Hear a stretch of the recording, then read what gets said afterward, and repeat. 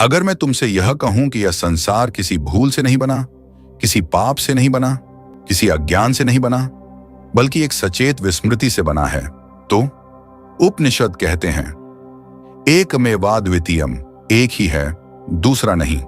लेकिन वे यह प्रश्न खुला छोड़ देते हैं, अगर एक ही है तो यह मैं और तुम कैसे दिखाई देता है? यहीं से शुरू होता है चेतना का आत्म विसर्जन।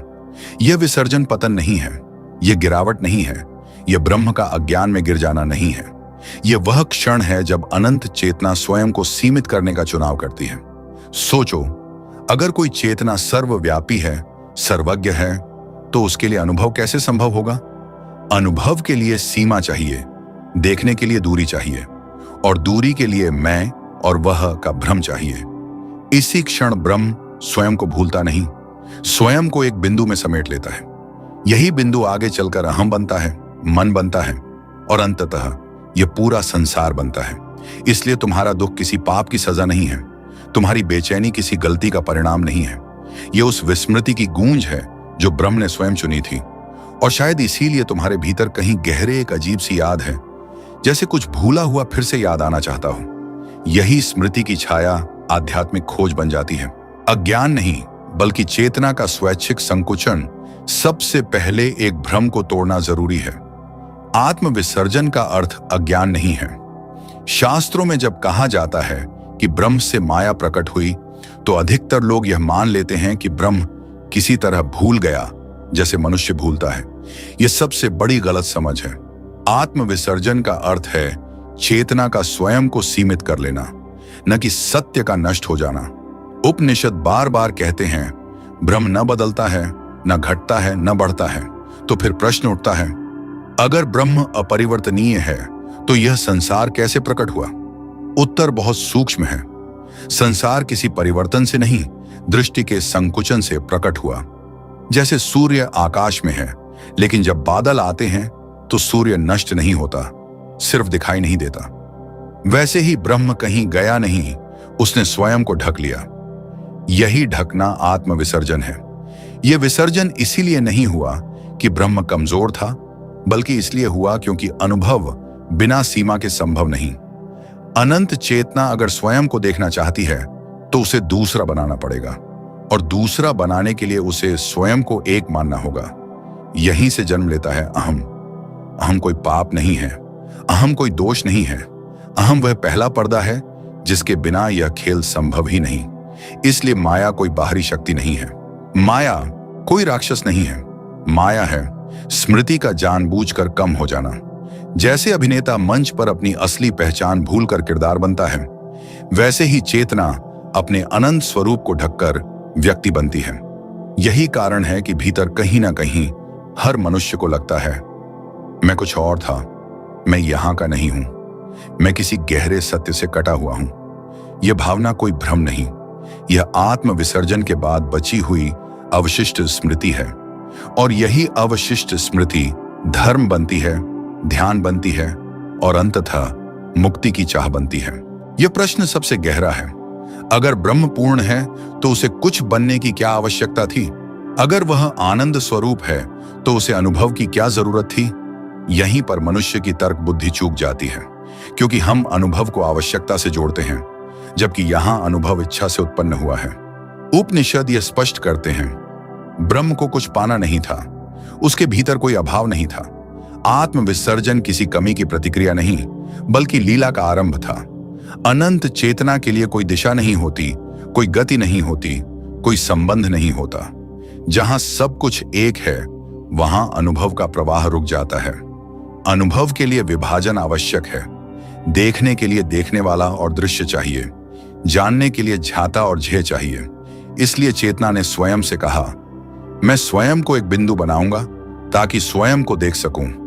यही बिंदु आगे चलकर मैं हूं की अनुभूति बना।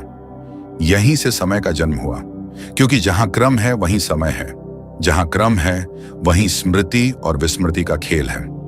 आत्म विसर्जन के साथ चेतना ने यह स्वीकार किया कि वह सब कुछ एक साथ नहीं जानेगी।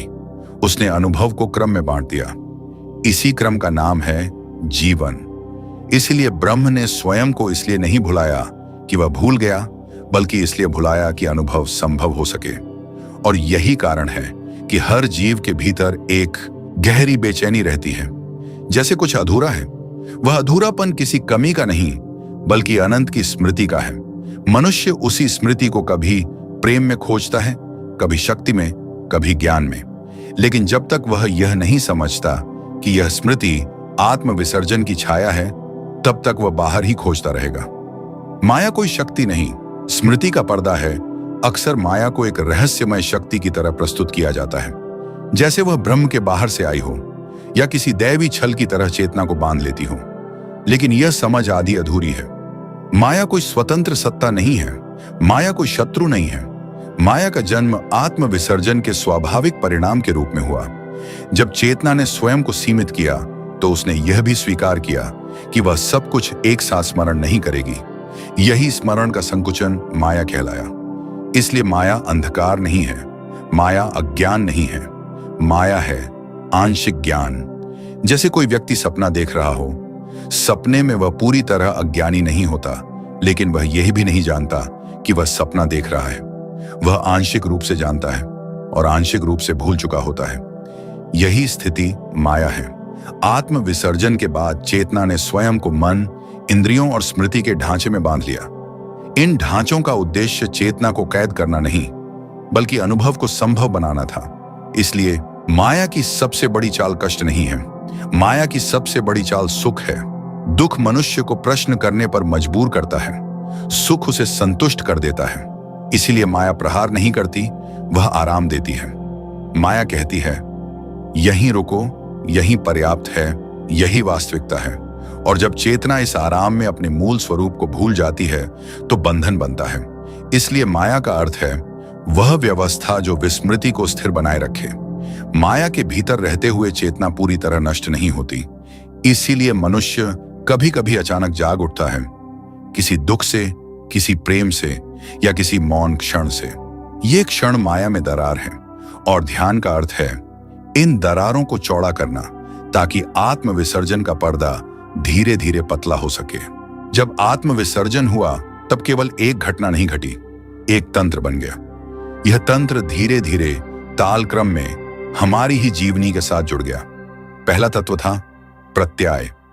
इंद्रियां जब बाहर की ओर खुलती हैं, तो चेतना ने पलों में तय कर लिया कि कौन सी चीज स्थायी है और कौन क्षणिक। यही चुनाव छोटा छोटा जमा हुआ और एक अनुमान बन गया, ये वास्तविक है।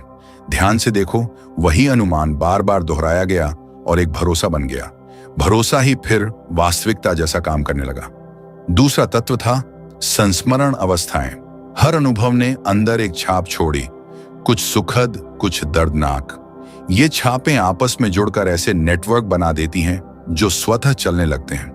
जब हम किसी परिस्थिति से दोबारा आते हैं, तो ये पूर्व निर्धारित प्रतिक्रिया रास्ते सक्रिय हो जाते हैं, और इसी सक्रियता में हमारा मैं ढलकर एक पैटर्न बन जाता है, एक स्थिर पहचान जो बड़े छोटे निर्णय अपने आप ले लेती है। यह पहचान जितनी जोर पकड़ती है, विस्मृति उतनी ही गहरी होती जाती है। तीसरा और सबसे चतुर तत्व था भाषा और कथन। भाषा ने अनुभव को नाम देकर उसे आकार दिया। नाम लगा, वह चीज और अधिक सच्ची लगने लगी। जब तक तुम किसी घटना को बार बार किसी शब्द में बांधते रहोगे, वह घटना तुम्हारे होने का हिस्सा बनती जाएगी। इसलिए भाषिक मंथन ही माया को ठोस रूप देता है। यह सिर्फ विचारों का खेल नहीं, यह पहचान की फर्नीचर है जो कमरे में ठहर जाती है। चौथा, समूह और संस्कार। समाज ने जो नियम, मूल्य और पहचानें सौंपी, वे तीखे उपकरण बनकर आए। जब परिवार, समुदाय, धर्म और संस्कृति एक ही तरह से उस पहचान का समर्थन करते हैं, तो वह पहचान बाहर के भौतिक संकेतों से जुड़कर स्थायित्व पाती है। व्यक्ति को तब सुनिश्चित हो जाता है कि यही पहचान वास्तविक है, क्योंकि दूसरे भी उसी का प्रमाण देते हैं। पांचवा, शरीर का सम्मिलन। शरीर ने पहचान को अनुभव में रेखांकित किया। स्मरण केवल मन का नहीं, मांसपेशियों, प्रवृत्तियों और श्वास का भी होता है। जैसे जैसे कोई आदत दोहराई जाती है, उसका शारीरिक भाव भी जन्म लेता है, और यह भाव मन द्वारा किए गए फैसलों पर हावी हो जाता है। तब पहचान और अधिक अटल बन जाती है। यहां तक कि आत्मा की आहट भी इस मोटे आवरण में दबकर छुप जाती है। इन सभी परतों का संयुक्त प्रभाव यही है। माया सिर्फ पर्दा नहीं, पर्दा निर्माण का एक जीवित तंत्र है। यह तंत्र बारी बारी से यादों को गाढ़ा करता, भाषाओं में बांधता, शारीरिक आदतों में गढ़ देता और सामूहिक सहमति से उसकी वैधता पुष्ट कराता है। और जब तक यह तंत्र चलता रहेगा, चेतना की स्मृति केवल झालर झलक में ही आएगी, छिन्न भिन्न संकेतों में, कभी गीतों में, कभी सपनों के टुकड़ों में। पर यहां एक रोचक बात है, यह तंत्र पूर्ण नहीं है। दरारें हैं, पलटने की स्थितियां हैं, छोटे छोटे अचेत संकेत, अचानक एक गीत, एक दर्द, एक शून्य क्षण। ये वही दरारें हैं जहां से स्मृति मैल मुक्त होकर छन कर आती है। और अगर इन्हें ध्यान से समझो और आगे बढ़ाओ तो यह तंत्र अपने आप पतला होने लगता है, बिना हिंसा, बिना भेदभाव, सिर्फ प्रतिरोध के धीमे धीमे ढहने से। न पूरी विस्मृति, न पूर्ण स्मृति। मनुष्य की स्थिति ब्रह्म और पशु दोनों से अलग है। वह न तो पूर्ण विस्मृति में है और न ही पूर्ण स्मृति में। यही उसकी पीड़ा भी है और यही उसकी संभावना भी। अगर मनुष्य पूरी तरह भूल चुका होता तो उसके भीतर कोई प्रश्न नहीं उठता। वह जन्म लेता, जीता और मर जाता, बिना कभी यह पूछे कि मैं कौन हूं। और अगर वह पूरी तरह स्मरण में होता तो यह संसार उसके लिए सपने जैसा पारदर्शी होता। न बंधन होता, न खोज। मनुष्य इन दोनों के बीच फंसा है, इसीलिए उसके भीतर एक अजीब सी दोहरी अनुभूति रहती है। एक तरफ वह संसार को वास्तविक मानता है, संबंध, पहचान, उपलब्धि, भय। दूसरी तरफ कभी कभी उसे लगता है कि यह सब असली नहीं है, जैसे किसी गहरे सत्य से वह कट गया हो। यही द्वंद्व अधूरे आत्मविसर्जन का परिणाम है। मनुष्य की चेतना इतनी सीमित है कि वह स्वयं को व्यक्ति मान लेती है, लेकिन इतनी सीमित भी नहीं कि वह अपने मूल को पूरी तरह भूल जाए। इसी कारण मनुष्य को बेचैनी है, इसी कारण उसे अर्थ चाहिए, इसी कारण वह प्रेम में, ज्ञान में या ईश्वर में कुछ ढूंढता रहता है। यह खोज किसी कमी की नहीं, स्मृति की आहट की खोज है। जब कोई व्यक्ति पहली बार गहरे ध्यान में जाता है तो उसे शांति के साथ साथ एक अजीब डर भी लगता है, जैसे वह कुछ खो रहा हो। असल में वह कुछ खो नहीं रहा होता, वह उस सीमित पहचान को धीरे धीरे ढीला कर रहा होता है जिसे उसने मैं समझ लिया था। और जैसे जैसे यह मैं ढीला पड़ता है, वैसे वैसे आत्म विसर्जन का पर्दा पतला होने लगता है। इसीलिए आध्यात्मिक मार्ग मनुष्य के लिए आसान नहीं है। यह ज्ञान का नहीं, पहचान के त्याग का मार्ग है। और यही कारण है कि बहुत लोग सत्य के पास आकर भी वहीं रुक जाते हैं। ध्यान इसलिए काम नहीं करता कि वह तुम्हें कुछ नया देता है। ध्यान इसलिए काम करता है क्योंकि वह सब हटाता है जो जानबूझकर जोड़ा गया था। जब चेतना ने आत्म विसर्जन किया तो उसने स्वयं को खोया नहीं था, उसने स्वयं को ढक लिया था परतों में। मन की परत, स्मृति की परत, समय की परत और सबसे गहरी मैं की परत। ध्यान इन परतों को तोड़ता नहीं, ध्यान लड़ता नहीं। ध्यान बस मन को शांत होने देता है। और जैसे ही मन शांत होता है, समय पतला पड़ने लगता है, क्षण फैलने लगता है और उसी फैलाव में कुछ अजीब सा घटित होता है। चेतना को लगता है जैसे कुछ याद आ रहा हो, लेकिन यह याद किसी घटना की नहीं होती, यह याद स्वयं की होती है। इसलिए ध्यान में कभी कभी गहरी शांति के साथ अचानक डर भी आ जाता है, क्योंकि जो याद आ रहा है वह इस पहचान को हिला देता है जिसे तुम मैं मानकर जी रहे थे। उपनिषद कहते हैं, नायम आत्मा प्रवचनेन लभ्य। आत्मा न भाषण से मिलती है न तर्क से, क्योंकि आत्मा कभी खोई ही नहीं। ध्यान कोई खोज नहीं है, ध्यान एक हटाना है। ध्यान विसर्जन को उलटने की प्रक्रिया है। जब मन की पकड़ ढीली होती है तो आत्म विसर्जन का पर्दा अपने आप पतला होने लगता है। और जब यह पर्दा पतला होता है तो चेतना को अनुभव होता है, मैं कुछ और था, मैं हमेशा यही था। इसलिए सच्चे ध्यान में कोई दृश्य जरूरी नहीं, कोई मंत्र अनिवार्य नहीं, कोई कल्पना आवश्यक नहीं, क्योंकि जो सत्य है वह कल्पना से परे है और जो याद आना है वह पहले से भीतर मौजूद है। ध्यान इसलिए काम करता है क्योंकि वह भ्रम को नहीं बनाता, वह भ्रम को याद आने देता है। मुक्ति का नाम सुनते ही धर्म ग्रंथों में आनंद की छवि उभरती है, पर व्यक्तिगत अनुभव अक्सर इसका उल्टा दिखाता है। मुक्ति डर लगाती है। इसकी वजह सरल पर गहरी है। मुक्ति पहचान का अंत है और पहचान ही वह ढांचा है जिस पर हमारा सारा जीवित हिसाब चलता है। रिश्ते, भूमिका, आदतें, समाज में हमारी जगह। जब उस ढांचे का अंत संभव होता है तो भीतर एक मूलभूत असुरक्षा उठती है। मैं कौन रह जाऊंगा? दूसरी वजह यह है कि मुक्ति केवल नकारात्मक नहीं, बल्कि अनंत के साथ एक ऐसा मेल है जो पूरी तरह नया अनुभव लाता है। नया होने का भय मनुष्य का पुराना साथी है। तुम अपने पुराने सारे सही गलत, किसका हक, मेरा इतिहास, उन सब चीजों को खोते हुए देखोगे। यह खोना समझ में आता है कि मृत्यु जैसा लगे, न कि शारीरिक बल्कि पहचान का मरण। इसलिए शांत होना नहीं, भय होता है। तीसरी वजह, मन की कंडीशन्ड बंधन। मन ने वर्षों में जो सुरक्षा सिद्धांत बनाए हैं, मुक्ति उनकी वैधता को चुनौती देती है।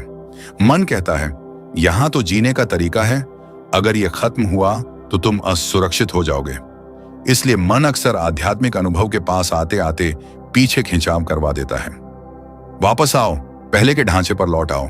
चौथी वजह, सामाजिक और नैतिक परिणाम। मुक्ति व्यक्तियों को समुदाय की अपेक्षाओं से अलग बना देती है। रिश्ते, जिम्मेदारियां, पहचान सब बदल सकते हैं। कई लोग यह सहन नहीं कर पाते कि उनके अंदर जो बदल रहा है वह बाहर के संबंधों को भी बदल दे। अंत में मुक्ति का वास्तविक रूप अक्सर अत्यधिक सादा और निर्खेंद्री होता है। कोई झलक, कोई उत्सव, सनसनाहट नहीं। यह अनुभव कुछ लोगों के लिए रिक्तता जैसा लग सकता है, इसीलिए वे उसे डर के रूप में पढ़ लेते हैं। इसीलिए सच्ची मुक्ति में कदम रखने के लिए साहस चाहिए, अपनी पहचान का त्याग, समाज के मानकों से दूरी और उस अनजान में भरोसा। यही कारण है कि कई बार गुरुओं ने गरिमा और धैर्य के साथ अगली पीढ़ी को मार्ग दिखाया, क्योंकि मुक्ति जाना आसान नहीं, पर लौटना भी असंभव नहीं है। अंत में एक ऐसे रहस्य से सामना होता है जो सुनने में विरोधाभासी लगती है। कुछ चेतनाएं याद आ जाने के बाद भी फिर से भूलने का चुनाव कर लेती हैं। यह भूलना किसी अपरिहार्य दोष का परिणाम नहीं, बल्कि एक विकल्प है। ब्रह्म ने स्वयं को भूलने का निर्णय किया था ताकि अनुभव संभव हो। उसका यह स्वयं निर्णय अब भी कई रूपों में जारी रहता है। कुछ आत्माएं अनुभव की गहराई से संतुष्ट होकर वापस उसी खेल में उतरने का चुनाव करती हैं, न तुच्छता से, न मजबूरी से, बल्कि करुणा और रचनात्मक इच्छा से। यह विकल्प दो रूपों में दिखाई देता है। पहला, वे आत्माएं जो ज्ञान का अनुभव कर लेने के बाद भी संसार में बनी रहती हैं और जानबूझकर सीमाएं स्वीकार कर लेती हैं ताकि वे दूसरों को मार्ग दिखा सकें, बोधिसत्व प्रवृत्ति। दूसरा, वे चेतनाएं जो अनुभव के रचक स्वरूप को फिर से अपनाकर नए दृष्टांतों का सृजन करती हैं ताकि ब्रह्म का खेल अनवरत चलता रहे। दोनों ही परिस्थितियां पतन नहीं, बल्कि चुनी हुई सेवा या लीलात्मक अभिव्यक्ति हैं। इस तथ्य का अर्थ यह है कि मुक्ति का अर्थ हमेशा भाग जाना नहीं होता। कभी कभी सच्ची करुणा में लौटना भी एक उच्च विकल्प होता है। इसलिए हमारा लक्ष्य केवल मुक्ति की लालसा नहीं होनी चाहिए, बल्कि समझ होनी चाहिए कि क्या हम स्मृति लौटाने की यात्रा कर रहे हैं या फिर किसी उच्च करुणात्मक रूप में लौटने का विकल्प चुनना चाहते हैं। रचना का अंतिम पाठ यही है। याद आना एक उपहार है और भूलना कभी कभी उसका अनुवर्ती विकल्प भी। जो सीकर संतुलित रहता है वह न केवल याद को स्वीकार करता है, बल्कि उस विकल्प का भी सम्मान करता है जो चेतना के खेल को जीवित रखता है।